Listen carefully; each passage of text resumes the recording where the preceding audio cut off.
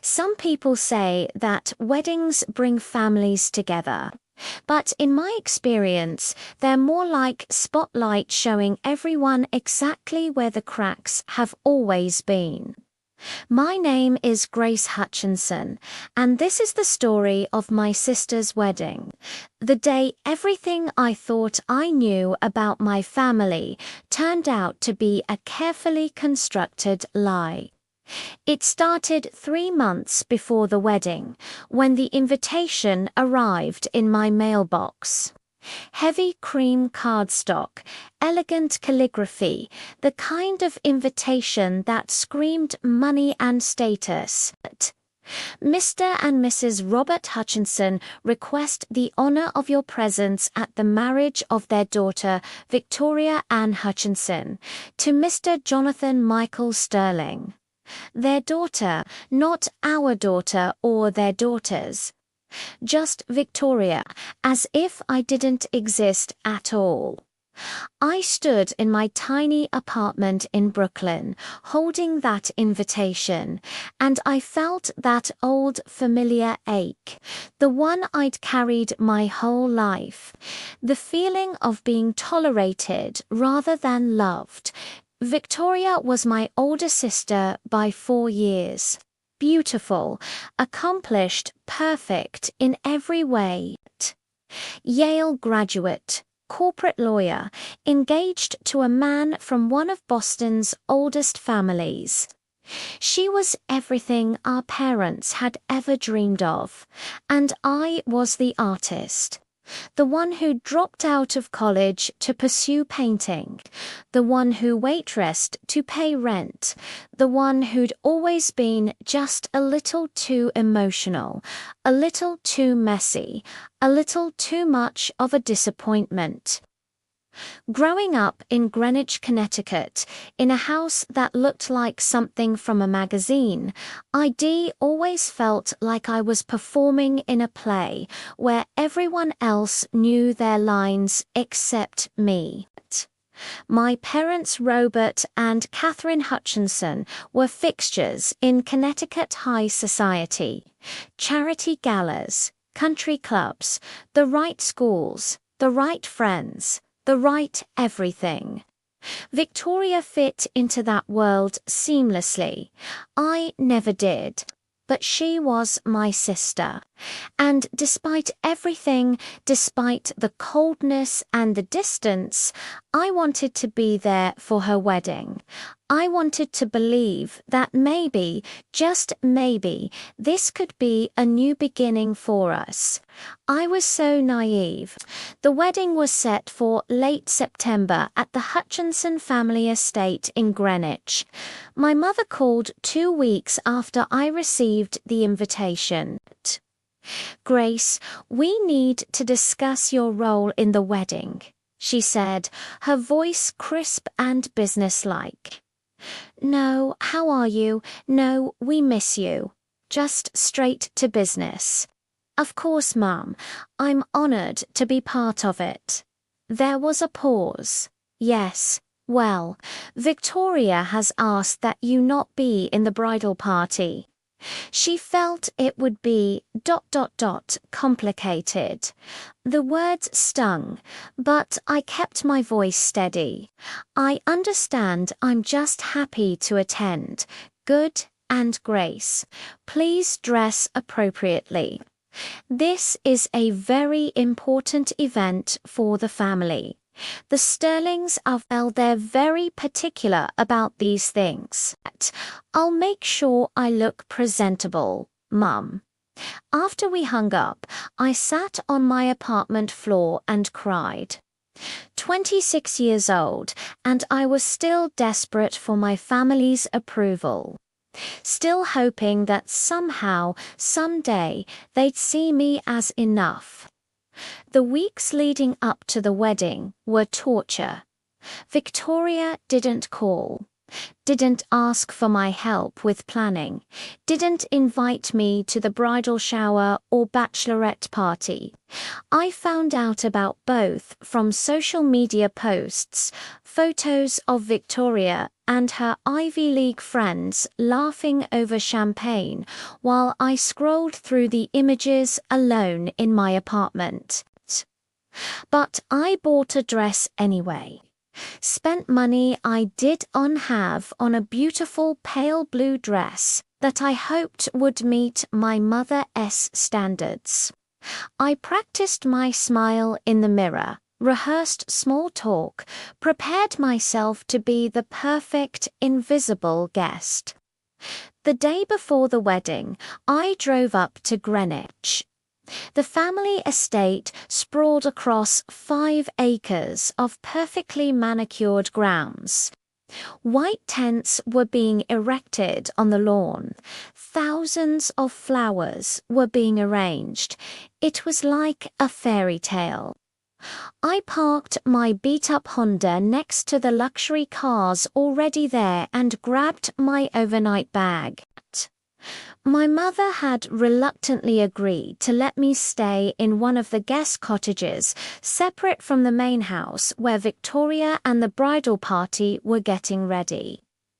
As I walked toward the cottage, I saw Victoria on the terrace with her friends.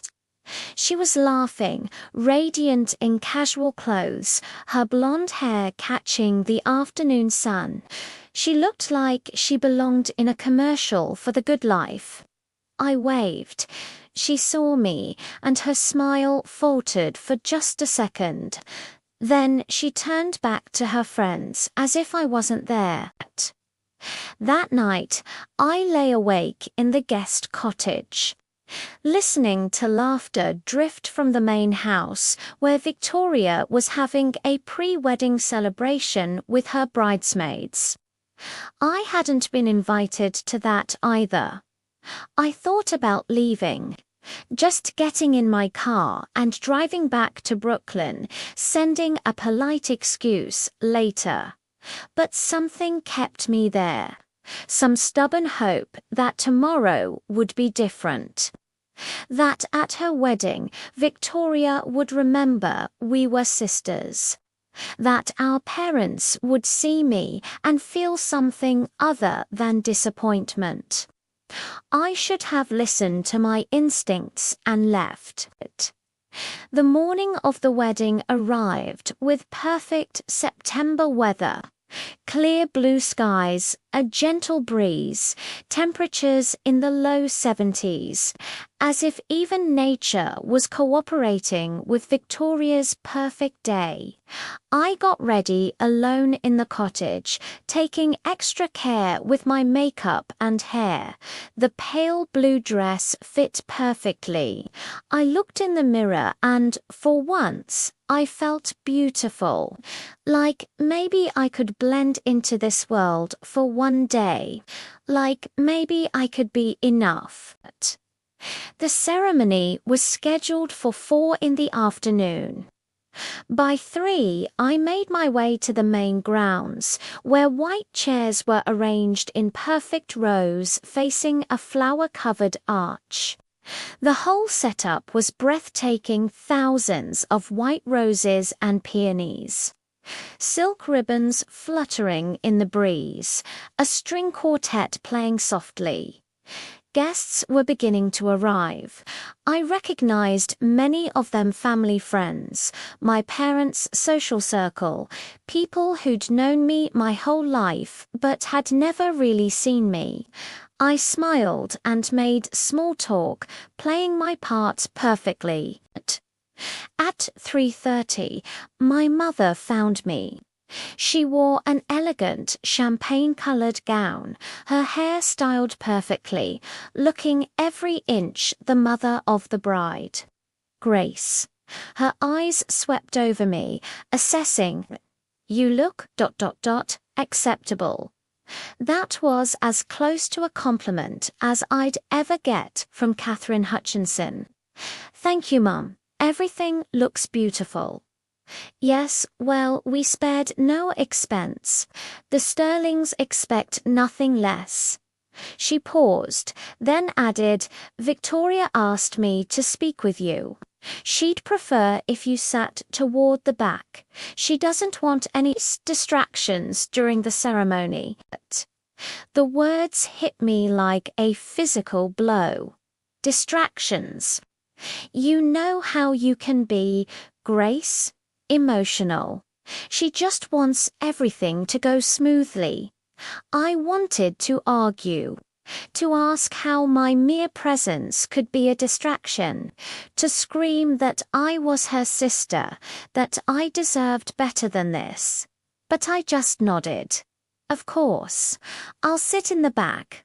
My mother smiled, satisfied. Good girl. Oh, and Grace. After the ceremony, during photos, it might be best if you stay to the side. Victoria has a very specific vision for the family portraits. She walked away before I could respond, leaving me standing there feeling smaller than I'd ever felt in my life. I found a seat in the very last row, behind elderly relatives and distant cousins. From there, I could barely see the altar, but I could feel the weight of my exclusion pressing down on me. The ceremony began at exactly 4 o'clock. The string quartet shifted to Pocklebell's canon, and the bridal party began their procession. Victoria's 5 bridesmaids, all perfectly coiffed and beautiful, walked down the aisle in their elegant champagne dresses. Then came Victoria. She was stunning. Her dress was a masterpiece of silk and lace, her veil flowing behind her like a cloud. My father walked beside her, his face proud and full of love, a look I'd never seen directed at me. Everyone stood, everyone except me. I was already standing because I couldn't see from where I'd been banished. Victoria passed my row without even glancing in my direction. It was as if I didn't exist. The priest, Father Michael Brennan, who'd been with our parish for decades, stood at the altar waiting. He was older now, probably in his 70s, with kind eyes and silver hair. He'd baptized both Victoria and me, though I doubted he remembered. Victoria reached the altar. Jonathan took her hands. They looked perfect together, the golden couple with their golden future. Father Brennan opened his mouth to begin the ceremony, and then he saw me. His eyes swept over the assembled guests, and they stopped when they reached the back row, stopped right on me. His expression changed instantly: shock, then something else, recognition, confusion. He stared at me for what felt like an eternity. The silence stretched. Guests began to murmur, wondering why the priest wasn't speaking. Victoria noticed. "Father," she said quietly, confused. But Father Brennan wasn't looking at her anymore. He was looking at me, his face pale, his hands gripping the edges of his Bible. Then he did something that made my blood run cold. He closed the Bible. "I'm sorry," he said, his voice shaking. "I cannot proceed with this ceremony." The entire crowd gasped. Victoria's face went white. Jonathan looked bewildered. My parents stood up from their front row seats, alarm written across their faces. "Father Brennan, what are you talking about?" my father demanded. The old priest pointed directly at me, his hand trembling. "That young woman, Grace, she's sitting in the back as if she's a stranger, as if she doesn't belong to this family." My heart was pounding so hard I thought everyone could hear it. Every head turned to look at me. Hundreds of eyes, all staring at the family disappointment who'd somehow managed to disrupt her perfect sister's perfect wedding. Victoria's voice was sharp with panic. "Father, please. Grace is she's just my sister. She's here. Can we please continue? Just your sister." Father Brennan's voice was stronger now, filled with something that sounded like righteous anger. "Just your sister." He stepped away from the altar, walking down the aisle toward me. The crowd parted like the Red Sea. My parents tried to intercept him, but he waved them away. He stopped right in front of me, and I saw tears in his eyes. "Grace," he said softly, "do you know why you've never felt like you belonged in this family?" I couldn't speak, couldn't breathe. I just shook my head. Father Brennan turned to face my parents, his voice carrying across the now silent gathering. "Robert, Catherine, I have kept your secret for 26 years because you begged me to, because you convinced me it was for the best. But I will not stand here and perform a sacrament while watching you continue this cruelty. Not anymore." My mother's face had gone sheet white. My father stood frozen. "What secret?" Victoria's voice cut through the air, high and frightened. Father Brennan looked back at me with infinite sadness. "Grace, you deserve to know the truth. You've deserved it your whole life." He took a deep breath. "You're not Robert and Catherine's biological daughter. You were adopted when you were 3 days old." The world stopped. Just stopped. Everything went silent. All I could hear was my own heartbeat thundering in my ears. Adopted. The word didn't make sense. Couldn't make sense. But even as I tried to reject it, pieces started falling into place. The distance, the coldness, the constant feeling of not belonging. The way Victoria had always been the favorite, always been loved in a way I never was, because she was theirs, and I never had been.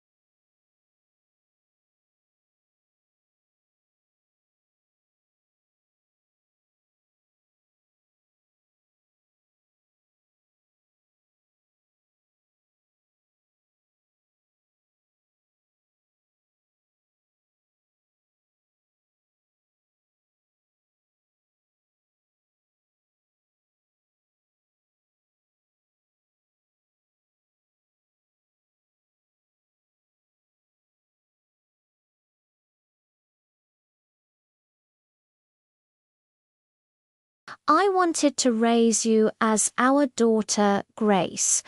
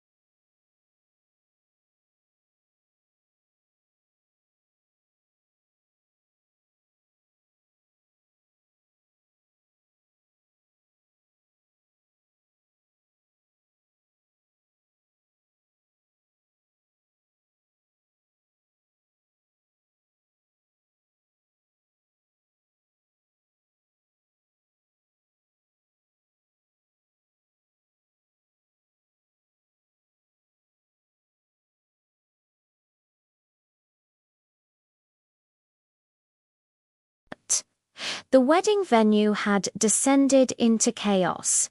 Guests were on their phones, undoubtedly already spreading this scandal across Connecticut society. Victoria stood at the altar, her dream wedding in tatters, staring at me and David Sterling with an expression I couldn't read. Jonathan looked like he'd been struck by lightning. "This can't be happening," he kept saying. "This can't be real." My mother Catherine finally found her voice. "This is absurd. David, you can't possibly believe some letter from decades ago. This girl could be anyone's daughter." "I know my own eyes," David said firmly, still holding me. "I know Sarah's eyes. This is my daughter." He pulled back to look at me, really look at me, and I saw recognition and grief and joy all mixed together on his face. "Sarah," he whispered, "you look so much like her. How did I never see it before?" "You were at the engagement party, at family dinners, because I was always in the background," I said quietly. "Always told to stay out of the way." David's expression darkened as he looked at my parents, at Robert and Catherine. "You knew. All these years, you knew she was Sarah's daughter, and you never once thought to contact me." "We didn't know who the father was," Robert protested. "Sarah told me it was another graduate student who wanted nothing to do with the baby. She lied to protect me," David said. "To protect my marriage, my reputation. That's exactly what Sarah would do. She always put others first." He turned back to me, his hands on my shoulders. "Grace, I need you to understand something. I loved your mother. Truly, deeply loved her. But my family had arranged my marriage to Jonathan's mother when we were children. Her family and mine had business ties going back generations. When I tried to break it off to be with Sarah, they threatened to disown me, to destroy my mother's medical practice, to ruin everything." His voice cracked. "I was young and stupid and cowardly. I chose obligation over love. I married Elizabeth and tried to forget Sarah, but I never did, not for one day in 30 years. Then why didn't you look for her sooner?" I asked. "Why wait until your wife died?" "Because I was a coward," he said simply. "And because Elizabeth was a good woman who didn't deserve that betrayal. But after she passed, I realized I'd wasted my life. I tried to find Sarah, but there was no trace of her. No forwarding address. No online presence. It was like she'd vanished. Because she did vanish." Father Brennan said quietly. "She died. And these people," he gestured to Robert and Catherine, "they buried every trace of her existence." Robert stepped forward, defensive. "We were trying to protect Grace. The adoption was private. We thought it would be easier for her if no one knew. Easier." I turned on him, rage finally breaking through the shock. Easier to grow up feeling like I didn't belong. Easier to be treated like an outsider my entire life. Easier to watch my sister, I looked at Victoria, get all the love and attention while I got scraps. Victoria finally spoke, and her voice was small, shaken. "Grace, I didn't know. I swear I didn't know. But you treated me like I was less than you anyway," I said. You told me not to stand near you at your wedding. You've spent our entire lives making sure I knew my place. Because Mum told me to. Victoria's perfect composure cracked. Don't you see? She's been poisoning me against you since we were children. Always comparing us, always making it clear that I was the real daughter and you were. You were, ... double quotes, the obligation. I finished. The burden. The reminder of my father's noble rescue of a dying student. Catherine's face flushed red. How dare you? We gave you everything. You gave me a roof and resentment, I shouted. You gave me 26 years of feeling like I was never enough, never wanted, never loved. And all because you couldn't stand that my father felt compassion for a dying woman. Your father, Catherine's laugh, was bitter. He's not your father, Grace. He's mine. David Sterling, she pointed at him with venom, abandoned your mother. Left her alone and pregnant. Robert raised you. Robert was there. Robert is more your father than this man will ever be. Robert raised me out of guilt, I said quietly. Not love. Never love. I always knew the difference. Robert looked stricken. Grace, that's not fair. I did my best. Did you? I turned to him. Did you really? Because from where I'm standing, your best involved hiding the truth, allowing your wife to treat me like an intruder, and never once standing up for me when it mattered. I protected you, Robert said weakly. You protected yourself, Father Brennan interjected. You protected your reputation, your marriage, your comfortable life, but you never protected Grace's heart. David's arm tightened around my shoulders. Well, that ends now. Grace, I know I have no right to make demands after being absent your entire life, but I want you in my life. Today, tomorrow, always. You're my daughter, Sarah's daughter. You deserve to know where you came from. She came from my house, Catherine hissed. We raised her, you warehoused her, David shot back. There's a difference. Jonathan finally found his voice. Dad, what does this mean? For me and Victoria, the question hung in the air. Victoria looked at her fiancé, then at me, then back at Jonathan. David sighed heavily. Son, Grace is your half-sister. You and Victoria can't marry. It would be inappropriate at best. We're not blood-related, Victoria said desperately. Grace isn't Robert's daughter, so Jonathan and I aren't actually related, Victoria, I said softly. Do you really want to marry into a family that makes me your stealer?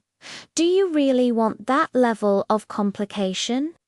She opened her mouth, then closed it. Tears began streaming down her face, ruining her perfect makeup. This was supposed to be my perfect day, she whispered. Everything was planned. Everything was perfect. Your perfect day was built on my erasure, I said, on pretending I didn't matter, on pushing me to the back so I wouldn't ruin the family photos. Victoria sank down onto the altar steps, her expensive dress pooling round her. I know I was terrible to you. But Grace, I didn't understand. Mum always made it seem like you were just ... difficult. that you were the problem, and I believed her because it was easier than questioning our mother. She looked up at me with real anguish in her eyes. I'm sorry. I'm so sorry for all of it. For every cruel word, every dismissal, every time I made you feel small. You didn't deserve that. The apology I'd waited 26 years to hear. And now that it was finally here, I didn't know what to do with it. Jonathan sat down next to Victoria, his head in his hands. I need time to process this. All of it. Victoria, I love you, but this is ... double quotes too much, she finished. I know David addressed the crowd, which had been watching this drama unfold in stunned silence. Ladies and gentlemen, obviously there will be no wedding today. I apologize for the disruption, but I think we can all agree that this situation requires time and consideration. Please enjoy the reception dinner. It's been paid for, and there's no reason to waste good food. Some people began to gather their things to leave. Others, drawn by the spectacle of high society drama, seemed determined to stay. I pulled away from David gently. I need air. I need to think. Of course, he said immediately. But Grace, please don't disappear. I just found you. I can't lose you again. The desperation in his voice was so raw it hurt.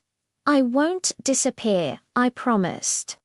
But I need a moment alone. I walked away from the ceremony site, away from the crowd, toward the gardens at the edge of the estate. Behind me, I could hear raised voices, my parents arguing, Victoria crying, guests gossiping. I found a bench, hidden behind a rose trellis, and sat down, Sarah's letter still clutched in my hand. I read it again, more slowly this time, trying to absorb every word my birth mother had written to me. She described falling in love with David, their secret meetings, stolen moments, plans for a future they never got to have. She wrote about discovering she was pregnant, about her terror and joy mixed together, about her decision to protect David even as it meant raising a child alone. I wish I could give you a father, she'd written, but I can give you love. All the love I have. I promise you, my sweet Grace, you will never doubt that you are wanted, never doubt that you are cherished. You are my miracle, my joy, my reason for everything. But she'd died, and I'd grown up with people who made me doubt my worth every single day. I heard footsteps on the garden path. I looked up, expecting David or maybe Father Brennan. Instead, it was Victoria, still in her wedding dress, mascara streaked down her face. "Can I sit?" she asked quietly. I nodded. We sat in silence for a long moment, two sisters who'd never really known each other.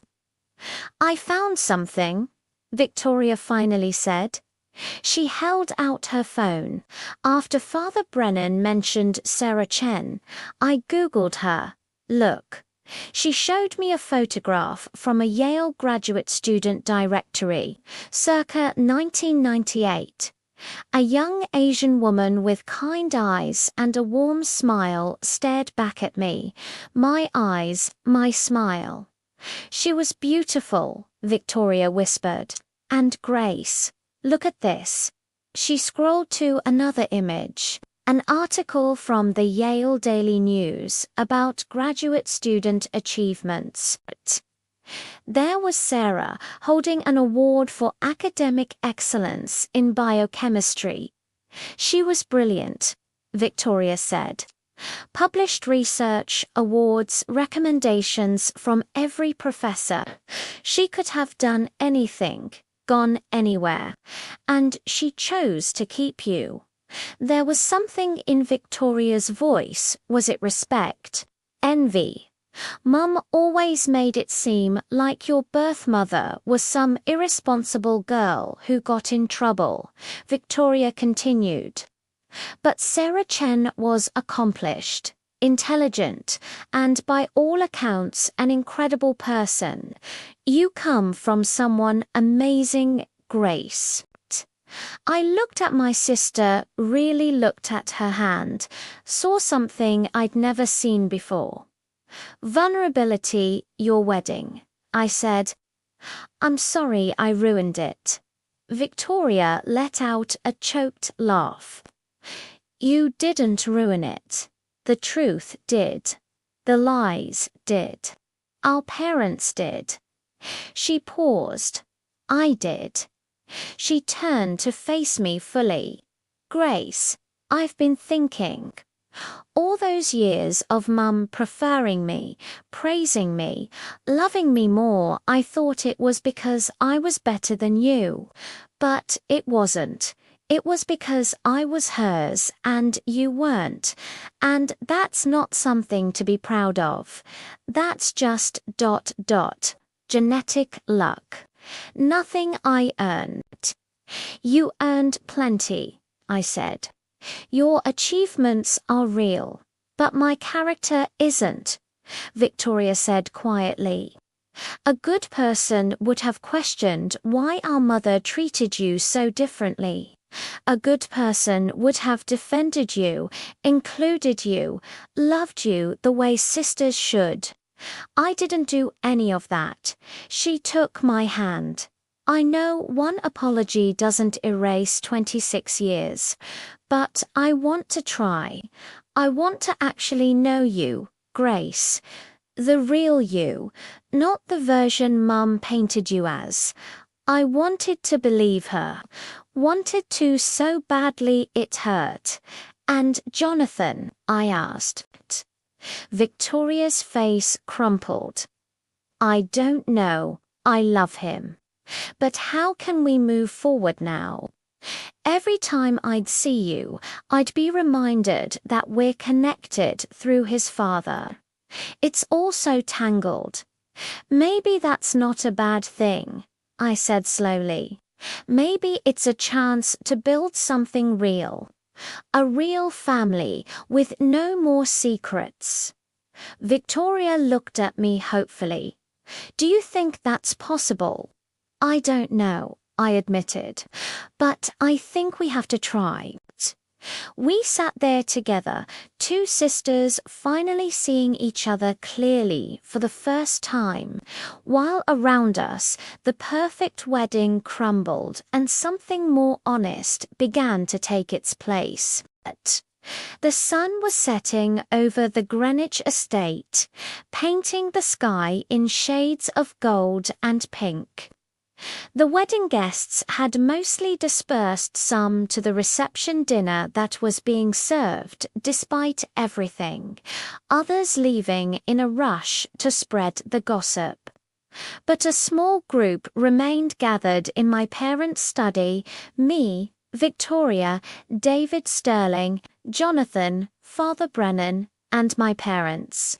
The silence was heavy with decades of secrets finally brought to light. David sat next to me on the leather sofa, and I was struck by how natural it felt. This stranger, who was my father, had a presence that felt familiar in a way Robert S. never had. We need to discuss what happens next, David finally said. Grace deserves answers. All of them. Robert looked older than I'd ever seen him. His usual confidence shattered. What more do you want to know? Everything, I said. I want to know exactly how my adoption happened. I want to know what you knew about Sarah. I want to know why you thought it was acceptable to let me grow up feeling unwanted. Catherine shifted uncomfortably in her chair. We gave you a good life, Grace. Private schools, nice clothes, a beautiful home, things. I interrupted. You gave me things, not love, not acceptance, not the basic feeling that I belonged. Because you didn't belong, Catherine said coldly, and the room went silent. Robert turned to her, shocked. Catherine, no, she continued, her voice brittle. Let's be honest. She didn't belong. She wasn't ours. She was Sarah Chun's daughter, a constant reminder of your failure as a professor. Robert, you were supposed to maintain professional distance from your students, but you got too involved in this girl's problems, and we ended up responsible for her child. Is that really how you see me? I asked quietly. After 26 years, I'm still just this girl's child to you. Catherine looked away, and her silence was answer enough. David's voice was hard. Then it's good that Grace has a real parent now, someone who actually wants her. You abandoned her mother, Catherine shot back. You have no moral high ground here. I made mistakes, David acknowledged. Terrible mistakes. I let my family pressure me into a loveless marriage. I let Sarah go when I should have fought for her. But I didn't know about Grace. If I had known what? Robert challenged. You would have left your wife, destroyed your family's business connections, ruined your reputation. Yes, David said simply. For Sarah, for our child, yes. I would have done all of that in a heartbeat. The conviction in his voice made me believe him. Jonathan spoke up for the first time since we'd moved to the study. Dad, where does this leave us? Me and Victoria. Victoria looked at him with tears in her eyes. Jonathan, I love you. But Grace is right. How can we move forward? She's your sister. That makes everything complicated. Half-sister, Jonathan said. And she was raised by different parents. We're not blood-related through the Hutchinson line, but we're family now, I said gently, whether we want to be or not. David is my father, which makes you my brother. And Victoria is ... Well, she's my sister too. Adoptive sister, but still my sister. Victoria reached for my hand. That doesn't have to end. We can still be sisters. Grace. Real sisters this time. The sincerity in her voice was something I'd never heard before.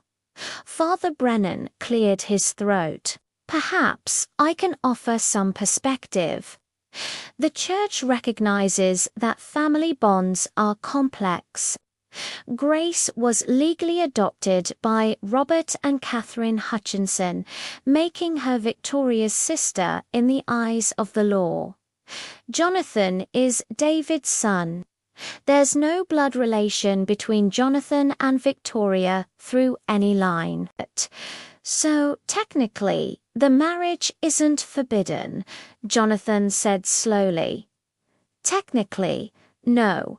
Father Brennan agreed, but I would strongly recommend extensive counseling before proceeding. This revelation has created emotional ties that need to be navigated carefully. Victoria looked at Jonathan, then at me. Maybe we need to postpone, not cancel, but take time to let everyone adjust, to build real relationships instead of the fake ones we've all been living with. Jonathan took her hand. Are you sure this was supposed to be our perfect day? Nothing about today was perfect, Victoria said. It was all built on secrets and lies, and pretending grace didn't matter. I don't want our marriage to start that way. She turned to me. Grace, I know I have no right to ask this, but would you be willing to get to know me? Really know me, and maybe we could figure out how to be sisters. Real ones. I looked at this woman who'd made my childhood miserable, who'd excluded me from every important moment, who'd told me not to stand near her at her own wedding. But I also saw someone who'd been manipulated by our mother, someone who was genuinely trying to change. I'd like that, I said cautiously, but it won't be easy. There's a lot of hurt to work through, I know, Victoria said, and I'm willing to do the work. I want to do the work. David squeezed my shoulder. Grace, I know I've missed your entire life. 26 years I can never get back, but I want to be part of your future. I want to know everything about you, your art, your dreams, your fears. I want to be the father Sarah would have wanted for you. But I don't even know you, I said honestly. You're a stranger. Then let's fix that, David said. Starting now, tell me about yourself. What's your favorite color? The question was so simple, so basic, that I almost laughed. Blue, ocean blue. Like Sarah's favorite color, David said with wonder. She loved the ocean. We spent a summer on Cape Cod, and she said she wanted to live there someday. He smiled at the memory. What else? What do you do? I know you mentioned art at the engagement party. I'm a painter, I said. I work in a gallery in Brooklyn, but mostly I waitress to pay the bills. My art hasn't taken off yet. What do you paint? Portraits, mostly. I try to capture emotions, the things people hide behind their expressions. David's eyes lit up. Sarah used to sketch. Nothing formal, just doodles in her notebooks. But she had an eye for detail, for seeing what others missed. You inherited that from her. For the next hour, David asked me questions. Some were simple favorite food, favorite music, favorite place in the city. Others were deeper: what made me happy, what kept me up at night, what I dreamed about for my future. Robert sat silently through all of it, watching David do what he'd never done: actually try to know me. Catherine eventually stood up. I can't do this. I can't sit here and watch this replacement family form. Mum, Victoria started. No, Catherine said sharply. I raised her. I fed her, clothed her, sent her to good schools. I fulfilled my obligation. If she wants to go be with her real father now, fine. But don't expect me to celebrate it. She walked out, and the door clicked shut behind her with finality. Robert stood slowly. Grace, I'm sorry for not being brave enough to stand up to Catherine, for letting her treat you the way she did, for not giving you the truth when you deserved it. Why didn't you? I asked. Why keep the secret all these years?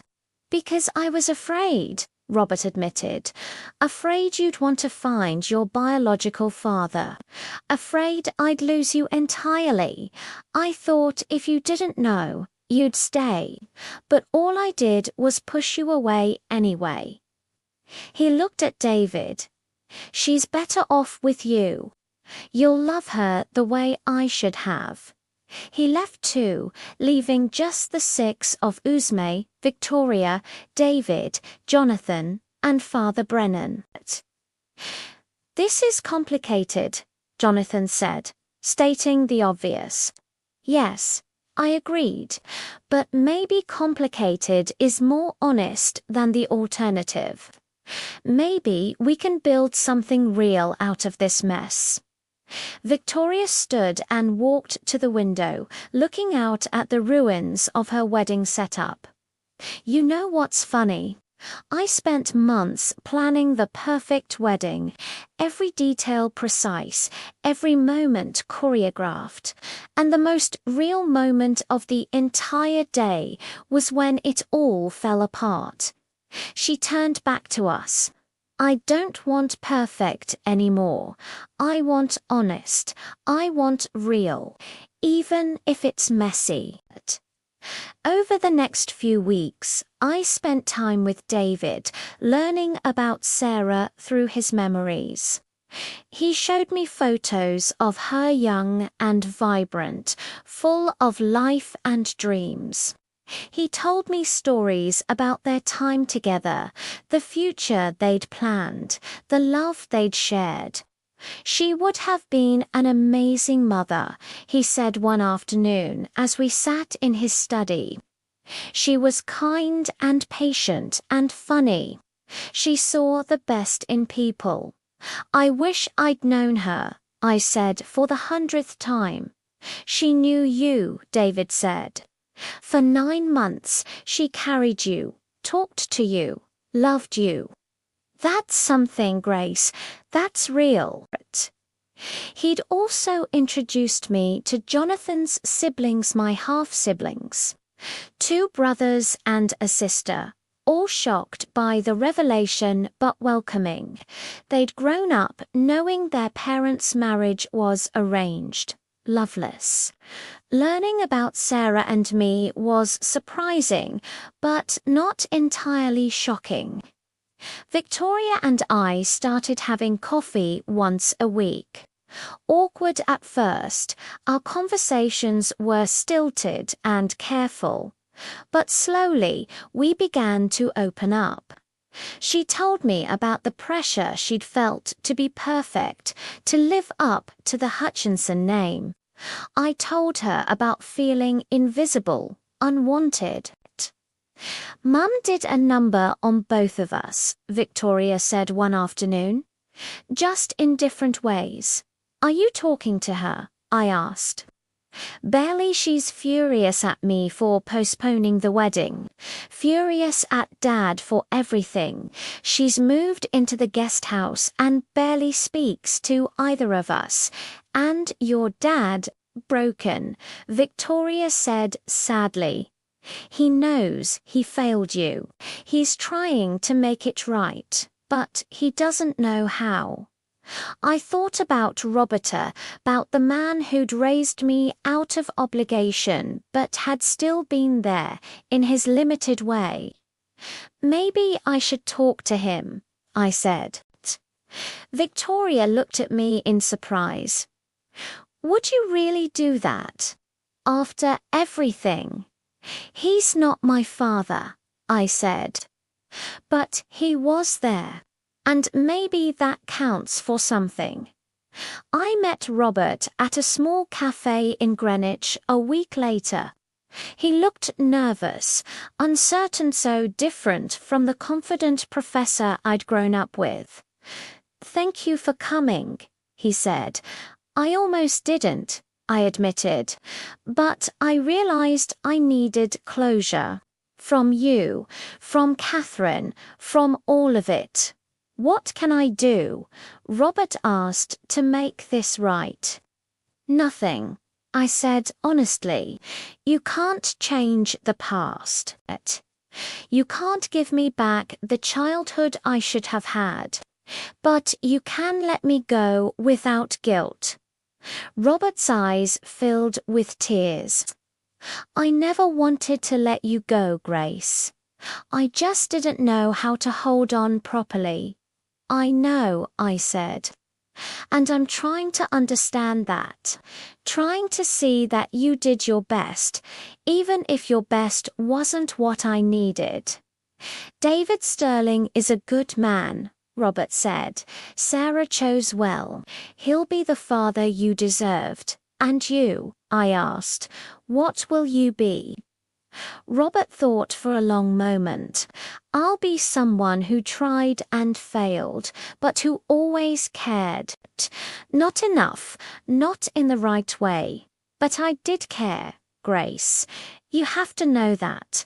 I do, I said. And maybe that's enough for now. We parted ways with a tentative understanding. Not quite forgiveness, but not quite condemnation either. Something in between, which felt honest.